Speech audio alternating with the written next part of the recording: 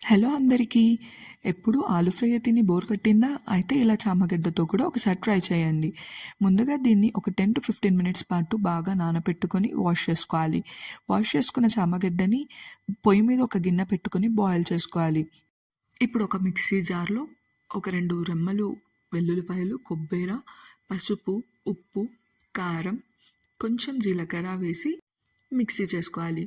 ఇంతలో బాయిల్ అయిన చామగడ్డని ఇలా చిన్న చిన్న రౌండ్ రౌండ్ పీసెస్లా కట్ చేసుకోవాలి.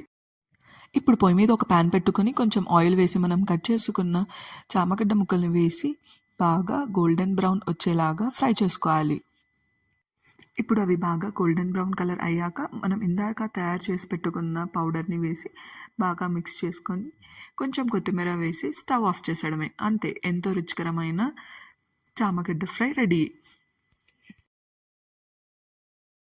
మరి మీరు కూడా ట్రై చేసి ఎలా ఉందో కమెంట్ సెక్షన్లో కమెంట్ చేయండి. Thanks for watching.